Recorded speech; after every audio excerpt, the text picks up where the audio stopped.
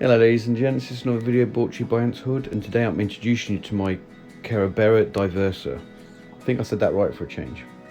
But first off, I'm going to tell you that this video was taken when I first got them. That was about 17 days ago from now, and that's important because you'll see a big difference in the Connolly and why I started to panic a little bit. Now the temperature for the nest is fairly simple, so it's 28 to 30 degrees, but the outworld has two different temperatures. It's 28 to 30 during the day and 24 to 28 at night. Now I won't be doing that, but they seem to do well with it, so you may. And yet again, the humidity is 50 to 8% nest, outworld 50 to 70%, but every bit of resource that I've said here is that they love the high humidity. In fact, they need it. Not waterlogged or anything like that, but they need it high. When disturbed or when they're moving nests, as you see here from its behaviour, the smaller workers always swarm the queens to protect them and things like that. But they also hitch rides on the super majors, which haven't got any yet, but when they do, they're almost the size of the queens, so you can see the difference from here in size of workers to queens. They're really polymorphic, and I've been dying to have them for ages, but I've made a boo-boo basically, and I'll tell you that now. I've made a boo-boo. Now, generally speaking, these guys do a lot better in naturalistic setups where they can dig their own nests and stuff like that. Now, there is exceptions to that rule on YouTube and stuff like that, but there always will be with ant keeping. People have different opinions, it's just the way it is. Now, I've took a lot of advice off of The Colonialist, and I'll put a link to his channel down in the description, because he's got a very successful Carebara Connolly as well, and I've taken a lot of advice off him too, which has been really helpful. Thank you, bud. And this is where I went wrong, to be honest. Not taking advice off The Colonialist, obviously, because he's awesome, but I got too excited. I denied whether I was going to buy these ants or not, because they are quite difficult to keep, and I'm not the best ant keeper in the world by far. But I went out there and I bought them. Asked you guys, you said get them, Hood, get them. So I did, and I got all excited and I was like, right, I'm going to get them now. But what I didn't do was my prep work. I didn't make sure I had everything in place for them, and unfortunately, probably due to the time of the year, I didn't have an outworld for them. I didn't have the heating equipment for them. I just went off and went on a mad one, and that is where the boo-boo happened. And you may ask yourself, well, what was the problem? You kept them in a test tube, blah de blah. Yes, I did keep them in a test tube. As you can see this from this video, they're still in the test tube. But I did a lot of research, and when I kind of read it, my heart kind of sank a little bit, because I'm like, geez, I've messed up. These guys don't really do too well in the test tube setup. They obviously get banged around when they're getting transported and stuff like that, and this is why they're deemed as being difficult, because you can get the climate right, they tend to thrive. But they're difficult because what I read, I can't remember for the life of me where it was from, but I read that if you're going to get this Connolly, it needs to be well established. It needs to be like in the hundreds of workers. It needs to have super majors, because they're like the larders that store all the food. Now I have got majors, as you can see here, but no super majors, and you'll know when you see them, they're huge. But anyway, and they struggle to start off again, and that's what I've experienced. Now, you've seen the video at the start where they're crawling all over the queen and stuff like that. As of today, when I've got them in the new setup, this is what they look like. Now, as you can see, I have lost about 2/3 of the workers. The two queens have not got them all over her. There is a big bunch of eggs and brood and stuff, which is great. Now, the egg to adult stage, if it's a minor worker, is 28 days, so fairly well, pretty fast. Like, we're talking like Camponotus nicobarensis style fast. But the majors take longer, and obviously the super majors can take up to 45 days. But I'm hoping the majority of them are the minors, and the reason I say that is because, from my experience, if a queen produces adult workers and they all die for whatever reason, she will not look after herself. Once she gets workers, she stops looking after herself, she stops feeding herself, she stops cleaning herself, she stops looking after the eggs. And I find that if the workers all die, she doesn't pick up the gauntlet and carry on doing that again, looking after the brood and stuff. She just sits there and slowly starves to death. So I'm desperate for them to hatch as soon as possible, hopefully within the 28 days. Hopefully I've only got a week or two left of them to be, before they emerge as adults. Then I'm squared away and happy. Now, as you can see here, and in this video generally, I'm feeding them little droplets of honey so they don't drown in it, and I'm feeding them cockroach nymphs. Now, these nymphs have been squished, but cockroaches being cockroaches with a nervous system, they keep twitching forever, which is great because it stimulates the ants to go after them which is good. And they're still, even to this day, annihilating these. There's practically nothing left of these nymphs. They're just destroying them. So they are still taking protein, which is good, and they are still taking food, which is good. Now I'll move on to my setup, how I've got it at the moment. So let me know what you think, if it's good enough. I don't think it's too bad, to be fair, but you guys might think it's pants. So I've gone for the AntBoyUK cylinder large nest. Now I'll put a link in the description below to his website. The reason I picked this nest, because I generally don't go for cylinder nests because they don't make the best video quality for you guys to enjoy seeing the ants, but it's definitely a needs must situation here, guys, because these nests are really, really good. The welds that weld the plastic together, I don't know what method he uses.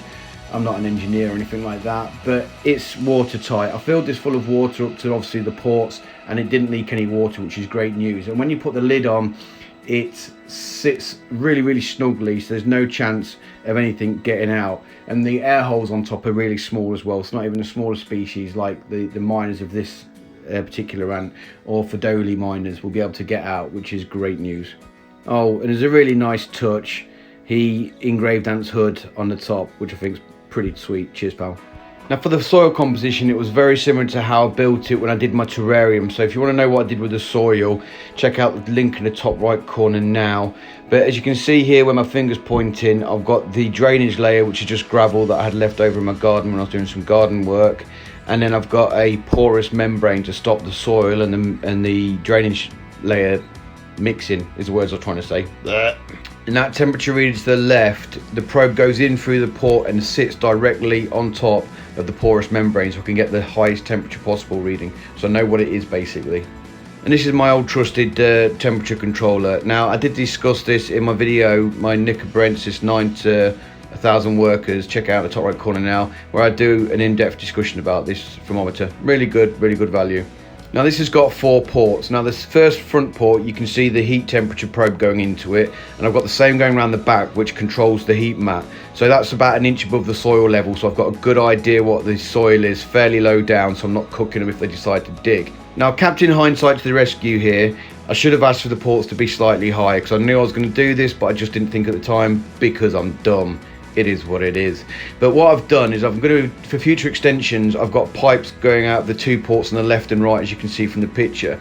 Now the 2 cotton wool buds behind the test tube are the ends of that. They go through the soil and onto the top layer, and then what it means is in the future when I extend it, I can fairly easily without having to dig holes and stuff and disturb them. Now one of you keen-eyed ninjas might have realised that one tube's longer than the other, and it's too long for a future extension because it'll get in the way. And there's a reason to my madness. What I intend to do is get one of these small outworlds and attach it to it, because listen to the Colonialist, he tells me that they love to bury their food, and this is why they're prone to mites and stuff like that. So to prevent that, I'm going to get one of these small outworlds and I'm going to stick them no substrate in it at all, and just put the food and stuff in there, so they've got no opportunity to bury it. Now it won't stop them transporting debris there because they're pains in the bum, but this will help negate it a little bit. And also you might notice that this is my Fidolis, that I'm going to do a video on them next. Normally when I do my videos I try and get the most up-to-date footage that I can. Now I started doing this video, editing this video 2 days ago, but unfortunately due to my missus being inconsiderate and having a birthday, and then my dog having a medical issue, that footage is now 2 days old, and this footage was taken a couple of minutes ago. Now as you can see, the queen's out in the outworld. I've got 2 queens in this Connolly, as you can see here, but she's acting a bit strange, and since I've got her basically, she's always on her back falling over like you can see here, so I'm concerned she's on her way out. Now I really do think that I'm losing the queen here. I think she's on her way out, and because I've got a small amount of workers and they've been under the light for two days now trying to force a move and they haven't budged, I've got real concerns. So what I've decided to do is bury the test tube. I've got concerns because what I don't want to see happen is stop producing eggs. Now I don't know how long these workers live for, especially the miners, because they generally have shorter lives. So what I don't want to do is like force a move, doesn't happen, this brood develops if they develop in the light, and then I don't have anything to replace them when they die. So I've decided to bury it, get them in the dark, get them comfortable, get them producing eggs hopefully, and then get them large enough, and then they decide that they want to move out. But other than that, I've decided not to force the move anymore, so I'm taking the light off and I'm burying a test tube. You might ask why we're not burying a test tube in the substrate that's already there, and why I've got extra substrate. And the reason for this is I don't want to disturb the workers anymore than the colony any more than I already have, and I don't want to risk killing any workers. Kill one worker, you might not think it's a lot, but it could be quite a large percentage of the workforce that's now dead, so I don't want to risk losing any more than I already have. I've also noticed as well that they're not really venturing outside the test tube, apart from the queen that did a little wonder with some workers on the back that you've seen before. And if you look at the back, there's a biformica feeding thingy-majiggy jarry thing, and I've had food on there for them, but they've not gone to it. Now you might think this might be a bit concerning, which it was, but when I put a cockroach nymph at the mouth of the test tube, pre-killed obviously, they went for it and they're in the process of destroying that now. So I know they're still taking protein, I know they're still hungry. So what I'm going to do is move the honey and water nearer the test tube entrance and feed them from the test tube entrance. Jeez, English, man. It is my first language, believe it or not, guys, even though I can't seem to speak half the time. But hopefully that will sort that out. So fingers crossed, the actions that I've taken are going to be proactive, and it's going to be the point that saves them. But I've got worries, guys. I'm worried about this colony, really worried. Some observant people of you might recognise the taller of the two feeders, and that's the ant hut feeder.